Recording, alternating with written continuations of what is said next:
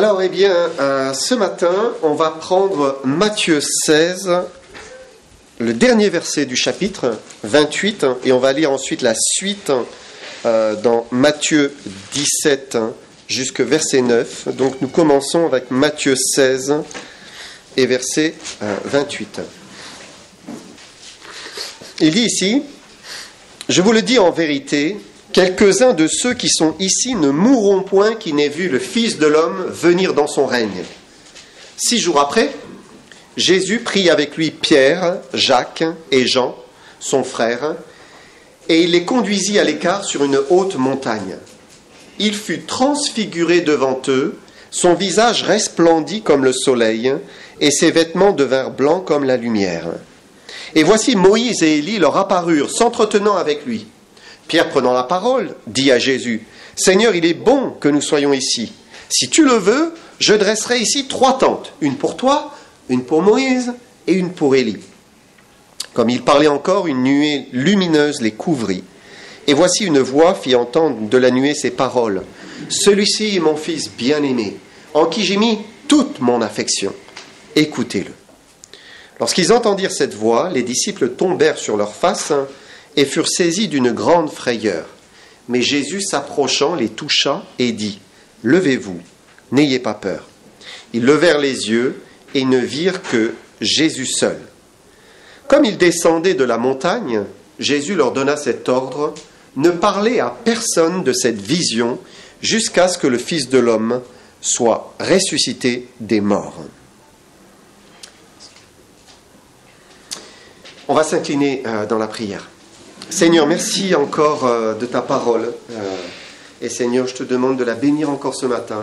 Elle est vérité, Seigneur, et je te rends grâce de nous l'avoir donnée par ces apôtres choisis, Seigneur, toutes ces personnes qui ont été poussées par Dieu pour écrire ces choses, poussées par le Saint-Esprit, afin que nous soyons édifiés, nourris, sanctifiés. Seigneur, bénis-la, bénis ces instants, inspire, conduis, dirige, bénis mes frères et sœurs, bénis-nous ensemble sous ton regard, s'il te plaît.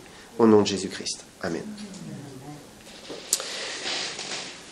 Alors, dans le dernier verset que nous venons de lire, Jésus dit aux disciples, « Ne parlez à personne de cette vision jusqu'à ce que le Fils de l'homme soit ressuscité des morts. » Donc, j'ai intitulé ce message « Une nouvelle vision de Jésus-Christ ». Et les disciples, ils avaient besoin d'une nouvelle vision de Jésus, certainement, pour continuer à servir leur maître.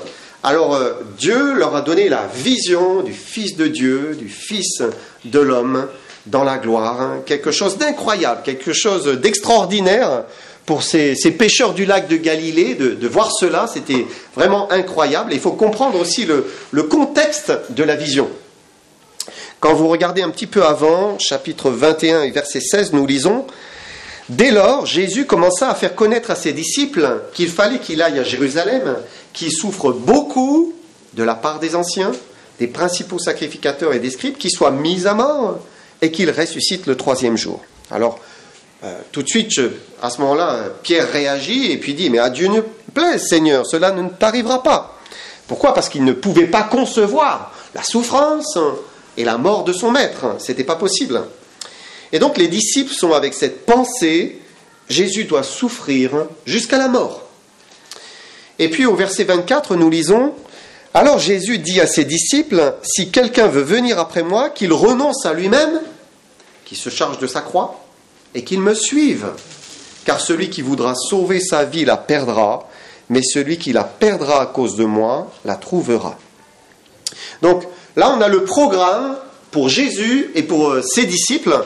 C'est la souffrance et la mort, ou c'est le renoncement et la mort. La mort à soi-même. Souffrance et mort. C'est peut-être pour cela que les disciples avaient besoin d'une nouvelle vision de Jésus-Christ.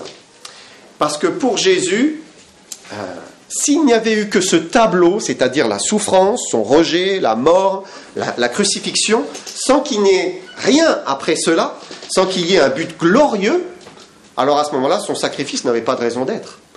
Le Fils de Dieu ne serait pas mort pour rien, ça ne servait à rien, il ne l'aurait pas fait. Mais il est écrit que c'est en échange de la joie qui lui était réservée qu'il a souffert la croix, qu'il a méprisé l'ignominie et qui s'est donné en sacrifice. Hein. Et Jésus voulait le salut en fait de tous ses enfants, tous ses fils, ses filles, hein, qu'il allait enfanter par sa mort hein, et par sa résurrection.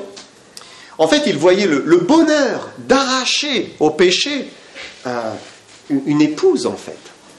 Tous ces croyants, hein, cette Église qu'il allait rendre pure, qu'il allait rendre sans tache. Hein, et c'est dans l'anticipation de cette grande joie de les sauver de l'esclavage pour les amener jusque dans l'éternité, jusqu'au ciel et la perfection, qu'il a accepté la souffrance, qu'il a accepté la mort et la crucifixion. Et peut-être que les disciples avaient besoin d'entrevoir aussi ce qui était derrière la gloire du royaume pour comprendre que pour eux aussi, la souffrance, les épreuves, le renoncement, la mort à soi-même, eh bien ce n'était qu'une étape au plan de Dieu. Mais après, eh bien, voilà, regardez ce qui va se passer. C'est glorieux, c'est immense. La souffrance, l'abaissement, et après la gloire. Comme Jésus qui s'est humilié lui-même, s'est abaissé, puis Dieu l'a souverainement élevé. Et Pierre et Jacques avaient besoin de comprendre cela. Dieu était en train de leur préparer aussi un avenir qui était glorieux dans sa présence. Et nous aussi, on a besoin de garder nos yeux sur l'éternité. Pour résister ici-bas, hein, pour supporter, pour traverser. Il faut garder nos yeux sans cesse vers l'éternité, sur l'éternité. On est des humains, on passe par des choses qui sont difficiles, des souffrances. Hein. On doit résister. Et si on n'en voit pas le but, la finalité, alors eh bien, il y a de quoi être vraiment découragé, être abattu. Et voilà, et on n'a plus envie d'avancer. Mais si on voit le but glorieux, si on voit la fin, la finalité, derrière les souffrances, alors eh bien, voilà, on se confie dans le Seigneur, on a foi et on avance. D'ailleurs, les Écritures nous encouragent à regarder à chaque fois au-delà de nos souffrances, hein, à l'héritage qui est glorieux. Par exemple, en Romains 8, verset 18, nous lisons... 8-18, nous lisons « J'estime que les souffrances du temps présent ne sauraient être comparées à la gloire à venir qui sera révélée pour nous. » Donc là, Paul nous invite clairement à regarder au-delà de nos souffrances. Et ailleurs, il dit, pour lui, elles sont légères. Hein. Ce qu'on vit, c'est léger. Peut-être pour vous, c'est très lourd. Mais Paul dit, mais regardez la gloire qu'il y a après. La souffrance d'aujourd'hui, par rapport à la gloire d'après, ce que vous souffrez, c'est léger. C'est léger. Et en voyant Jésus dans son règne glorieux, magnifique, Pierre, Jacques et Jean voyaient également le royaume auquel ils allaient prendre part. Ce Jésus qui allait leur donner la délivrance. On va lire Matthieu 17, la suite, verset 2. Jésus fut transfiguré devant eux. Son visage resplendit comme le soleil, ses vêtements devinrent blancs comme la lumière. Alors là, c'est intéressant parce que le mot transfiguré, ici, c'est le mot grec métamorpho. Jésus s'est métamorphosé. En fait, son aspect extérieur a changé, il est devenu différent. Son visage brillait comme le soleil. Comme le soleil. Luc a aussi rapporté le même événement dans son évangile, et Luc va dire, pendant que Jésus priait, l'aspect de son visage changea, et son vêtement devint d'une éclatante blancheur. Et donc c'est l'aspect extérieur de son visage qui s'est métamorphosé. Jésus a commencé à resplendir de tout son être, et c'était quelque chose d'incroyable.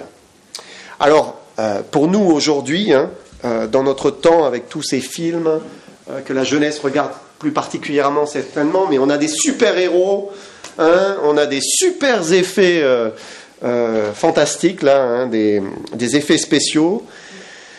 Donc voilà, quelque chose qui resplendit, on a l'impression qu'on voit ça assez souvent à la télévision ou sur Internet. On est presque habitué à l'idée de la transfiguration. Bien que tout ça, tout ce que l'on voit, c'est pour faire rêver, c'est des trucages, tout est faux, tout est faux. Mais ici, il faut penser à ses disciples. Eux, ils n'ont pas la télévision, ils n'ont pas Internet, ils n'ont pas d'écran 4K super lumineux, ils n'ont rien de tout ça. Et à ce moment-là, ils voient Jésus, mais resplendir, comme ils n'ont jamais rien vu resplendir en fait. C'était quelque chose, vraiment, quelque chose d'incroyable. Hein. Ses vêtements étaient comme la lumière, c'était le soleil dans sa force. Et un visage qui brille, eh bien peut-être ça leur faisait penser à Moïse dans l'Ancien Testament. Vous vous souvenez, lui aussi, il a eu le visage qui a rayonné hein, quand il est monté sur la montagne du Sinaï et qu'il a parlé avec le Dieu vivant, le Créateur.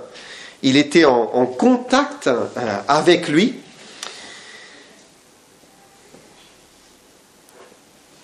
Et son visage rayonnait. Alors, probablement le visage de Moïse ne rayonnait pas comme le soleil, mais rayonnait suffisamment pour que tous les fils d'Israël le regardent avec stupéfaction, étonnement, mais qu'est-ce qui se passe ? Pourquoi il brille ? Alors il s'est couvert, il a mis un voile sur le visage. Et Moïse a vécu la métamorphose de son visage alors qu'il était en train de s'adresser à l'Éternel. Il était en train de parler à l'Éternel. Et c'est intéressant parce que Luc nous dit, dans ce passage de la Transfiguration, que c'est quand Jésus s'est mis à prier sur la montagne qu'alors son visage s'est métamorphosé, il a été changé. Hein. Et à chaque fois, c'est l'idée de la relation, de la prière avec Dieu, ça provoque un changement, une métamorphose. Et on peut dire que la prière, hein, elle transforme un homme. Elle change quelque chose dans sa vie. Et c'est normal parce qu'on s'adresse à Dieu.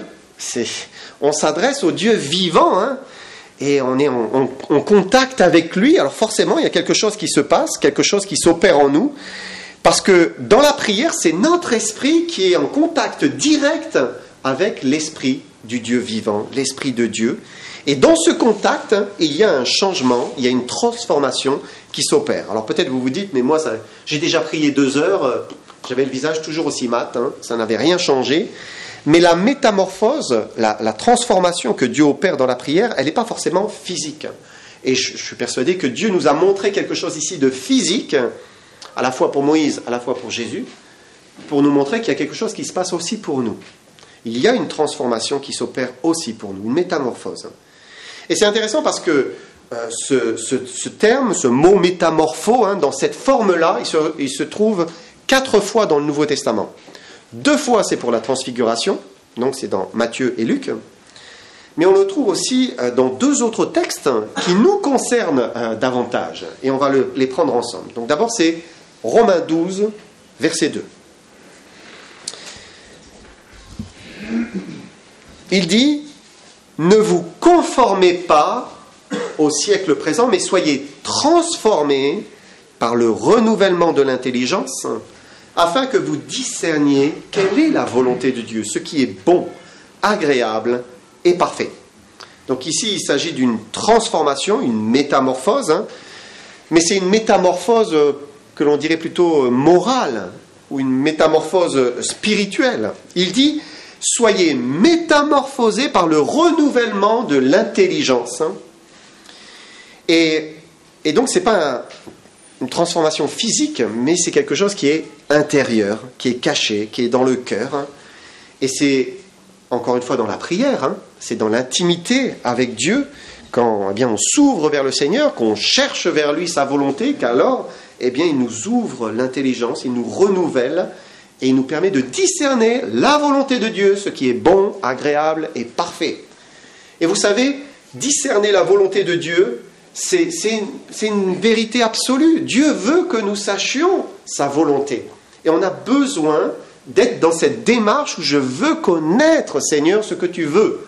S'il te plaît, révèle-toi à moi, permets-moi de voir clair, que ce soit limpide. Tout ce qui n'est pas le fruit d'une conviction, c'est un péché. Si vous agissez comme ça, sans conviction, il y a des risques que parfois vous commettiez des péchés.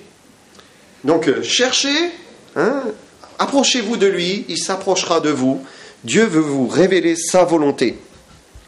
Et quand on est dans cette démarche, hein, Dieu opère un changement dans notre cœur, il éclaire notre intelligence, il éclaire notre compréhension et il nous transforme à sa ressemblance aussi. Il fait tout ça à la fois. En 2 Corinthiens chapitre 3 verset 18, hein, il y a la deuxième mention de ce terme. 2 Corinthiens 3, verset 18.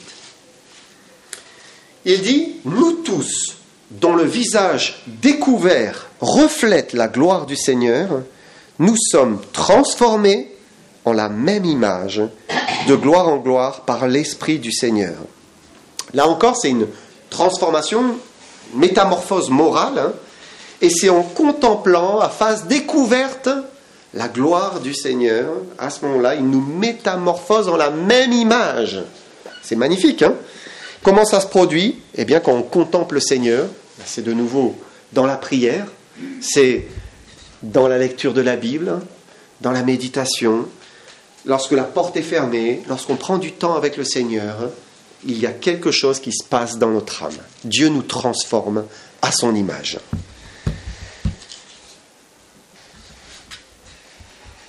Et les personnes qui brillent intérieurement, qui brillent moralement, eh bien, sont celles qui passent du temps avec le Seigneur, dans l'intimité. Alors, elles changent. Parce que c'est là, dans cette relation avec lui, que Dieu démasque notre péché.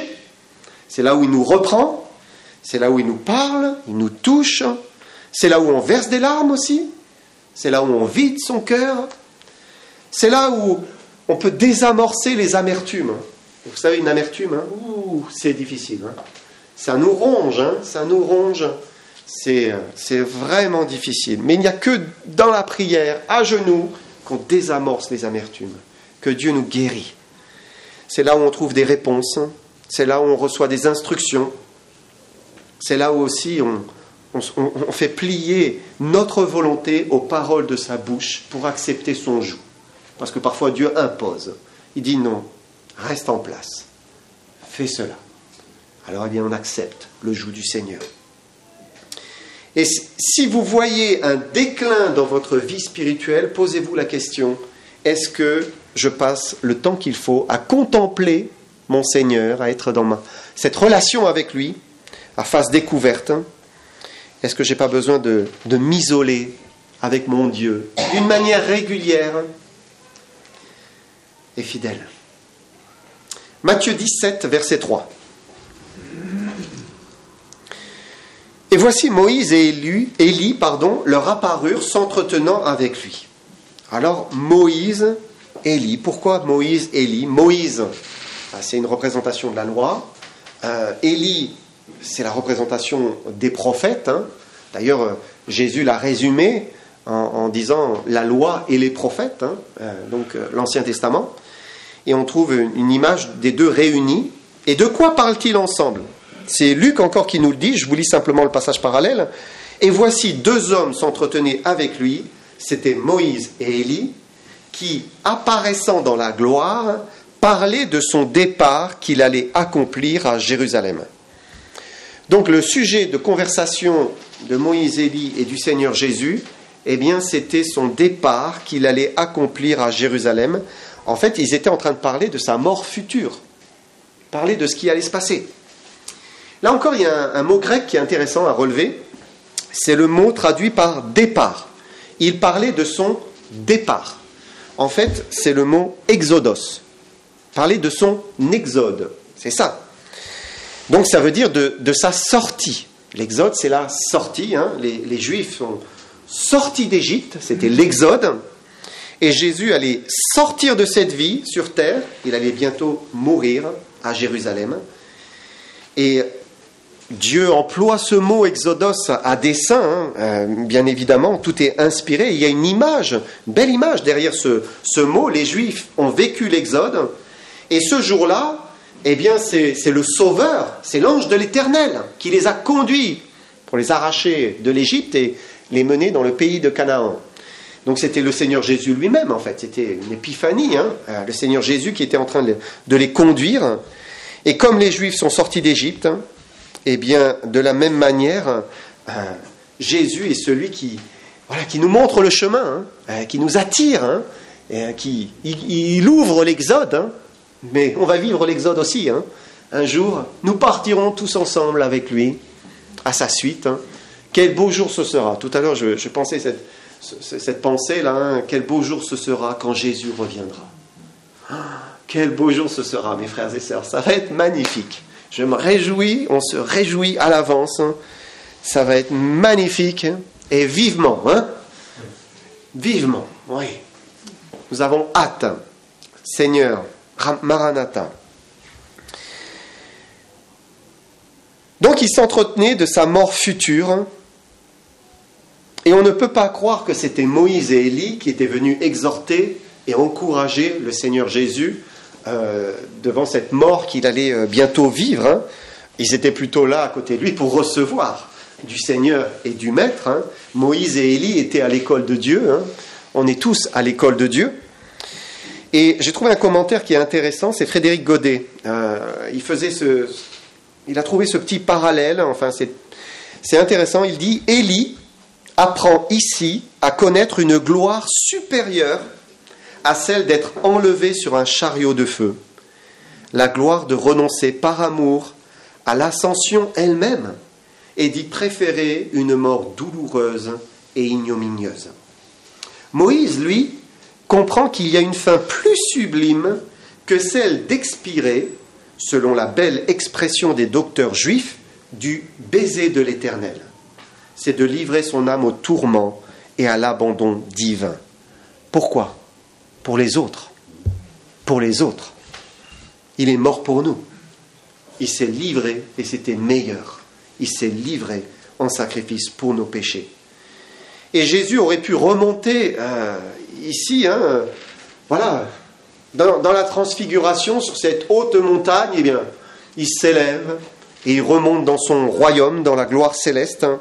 Il aurait pu repartir tout droit, sans souffrir la croix. C'était son droit, on peut dire, en tant que fils. Hein. Mais remonter maintenant, à ce moment-là, c'était remonter sans nous. Et ça, non. Non. Il préférait vivre bien, tout ce qu'il allait vivre ensuite, hein, pour que nous, on puisse obtenir le pardon de nos péchés. Alors il a préféré affronter un autre exode, une autre sortie, celle de la crucifixion à Jérusalem. Et c'est là que son sang a été versé pour nous. Et donc c'est aussi intéressant parce que Moïse et Élie, derrière eux, comme je vous l'ai dit, il y a la représentation de l'Ancien Testament.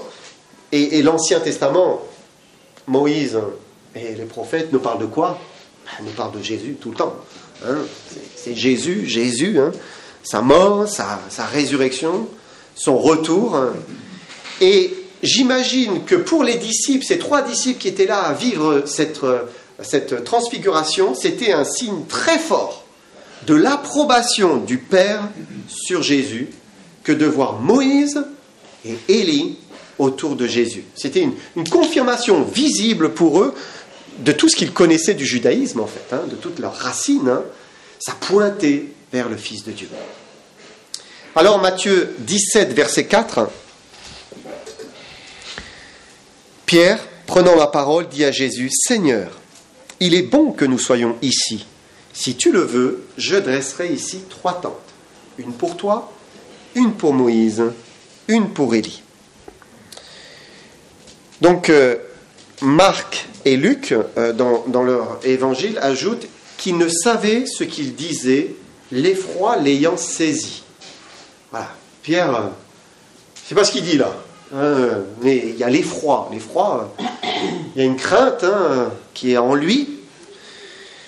Alors, quand on lit l'évangile de Luc, il précise que c'est au moment où ces 2 hommes allaient se séparer de Jésus que Pierre lui propose de faire des tentes. Donc, il a vu Élie sur le départ avec Moïse, ils allaient partir, alors c'est comme s'il veut les retenir. Seigneur, on va faire des tentes, hein. On va faire des tentes. Alors, faut imaginer ce que représentaient Moïse et Élie pour Pierre. C'était... Imaginez, hein, il a entendu toute son enfance, la loi, et Moïse. Moïse, c'est le cœur de sa religion, de sa foi, de sa vie. Toute son existence en tant que juif reposait sur la loi de Moïse. Moïse, c'est l'homme le plus important du judaïsme. On peut même dire que sans Moïse, il n'y a pas de judaïsme, puisque c'est par lui que nous a été donnée la révélation de toute l'histoire du peuple de Dieu, de toute la loi. Et non seulement cela, mais on a la révélation de l'origine de l'univers, de la terre, du monde. Alors il voit Moïse là, Moïse va partir, il ne se contrôle plus. Il veut faire quelque chose pour le retenir. Et puis Élie c'est le prophète par excellence. C'est l'homme de Dieu qui a osé affronter les faux prophètes de Baal. C'est l'homme des miracles. C'est celui qui part sur un char de feu. Et puis c'est aussi et surtout celui que les Juifs attendaient et attendent encore. Hein? Quand on fait le repas du Seder, on garde une place pour Élie, à la Pâque. À chaque fois, on garde une place pour Élie. Et donc, ils étaient en train de se focaliser sur eux, et soudain, verset 5, comme ils parlaient encore, une nuée lumineuse les couvrit, et voici une voix fit entendre de la nuée ces paroles. Celui-ci est mon fils bien-aimé, en qui j'ai mis toute mon affection. Écoutez-le. Et Pierre demande s'il peut faire quelque chose, il s'active, il veut faire des tentes. Et Dieu lui dit, écoute. Et parfois c'est notre défaut aussi, on a envie de faire, on veut faire, c'est bien, on veut faire pour le Seigneur. Mais on a parfois besoin d'apprendre, premièrement, à écouter. D'abord, écouter. Et donc, Dieu le Père va réorienter Pierre, Jacques, Jean vers le Fils bien-aimé et leur dire « Écoutez-le ». C'est lui qui est important. C'est lui qui est digne de tout votre intérêt. C'est lui qu'il faut écouter. D'accord, Moïse, les prophètes, c'était le centre. Mais maintenant, c'est lui qu'il faut écouter. C'est lui. Le Seigneur n'a même pas pris la peine de répondre à la question de Pierre sur cette question des tentes. La réponse, elle était dans la nuée qui les a couverts, et la voix du Père, écoutez le Fils bien-aimé. Et il y a une belle illustration de ce besoin d'écouter avant d'agir qui se trouve dans l'Ancien Testament. C'est quand il nous est parlé de la consécration des sacrificateurs, Aaron et de ses fils. Donc, les sacrificateurs, c'était des hommes qui étaient choisis, des hommes qui étaient préparés pour le service. Et l'Éternel va leur faire quelque chose de symbolique qui peut nous parler à nous aujourd'hui. On va prendre Exode 29, versets 19 et 20.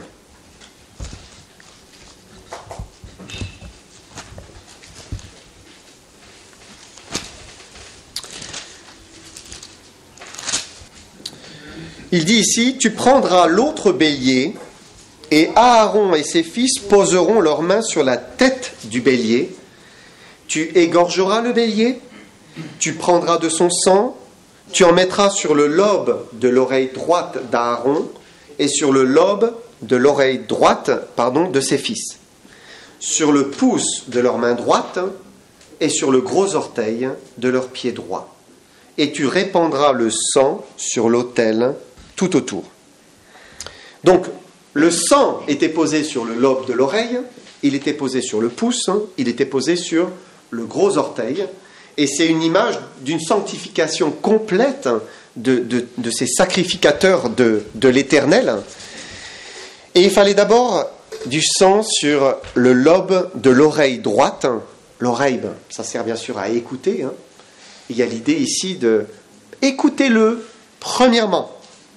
Aucun serviteur de l'Éternel ne pouvait bien exercer son service s'il n'avait pas une oreille d'abord sensible à la voix de l'Éternel.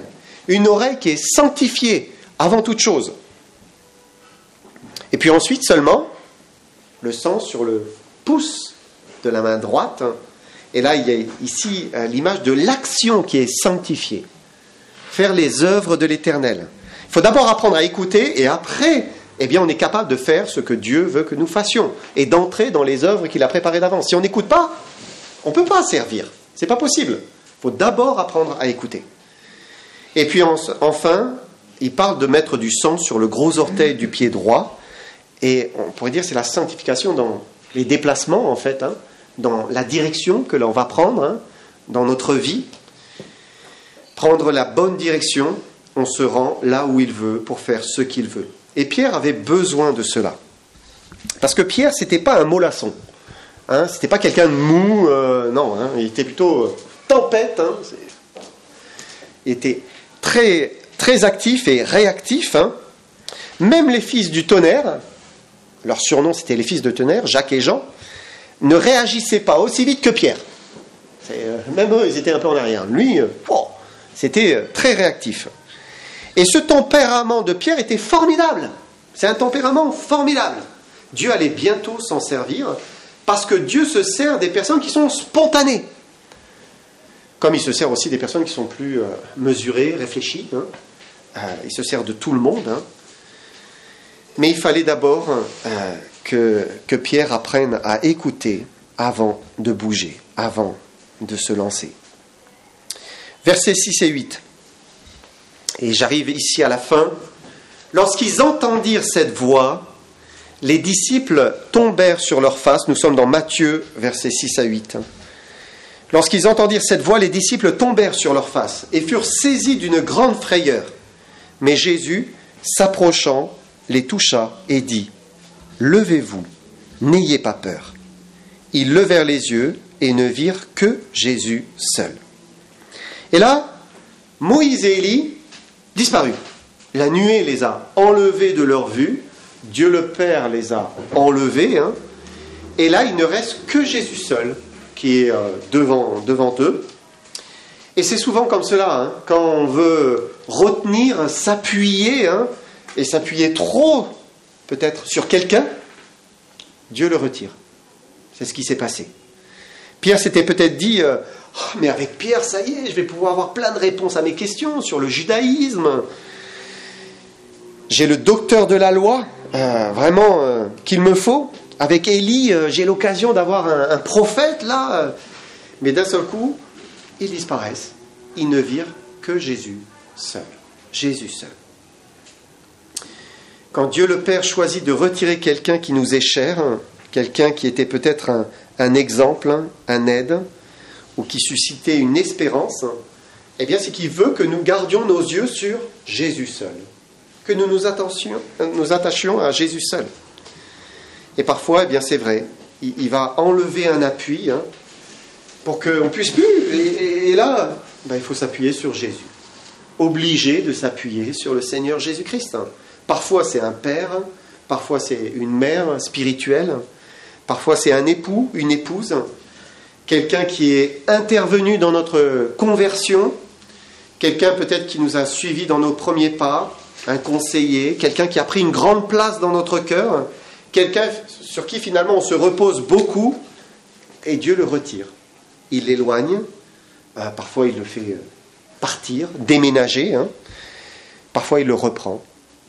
Parfois c'est des circonstances qui nous empêchent d'avoir une relation, hein, on ne peut plus le voir. Et on lève les yeux et on cherche et eh bien il reste Jésus. Hein. Lui il n'a pas bougé. Lui il est là. Et ce qu'il attend, eh bien c'est qu'on s'attache à lui seul. Qu'on apprenne à s'appuyer sur lui seul. Et qu'on trouve son bonheur en lui seul. Et peut-être c'est encore là une nouvelle vision de Jésus que Pierre était en train de recevoir. Un Jésus qui pouvait pleinement lui suffire. Pas besoin d'autre chose. Pas besoin d'autre chose ou d'une autre personne. Jésus seul. Alors, est-ce qu'on a besoin ce matin d'une nouvelle vision de Jésus ? Un Jésus glorieux qui nous dit supporte, traverse encore ce que tu vis. C'est dur, je sais, mais supporte. Parce qu'il y a un avenir qui est glorieux. Juste après. Courage. Est-ce que c'est un Jésus qui s'attend à ce qu'on l'écoute avant de vouloir bouger, agir ? Apprendre à écouter, à être ferme, stable, ancré en lui. Entendre sa voix, discerner sa volonté. Oui, je sais que c'est ça qu'il veut que je fasse. J'en suis sûr. C'est cette conviction qui vient du Saint-Esprit. Ou bien un Jésus qui suffit, qui contente l'âme. Parce que il est tout. Il est notre tout suffisant. Hein. On n'a besoin de rien d'autre. Hein. Jésus seul. Que le Seigneur vous bénisse.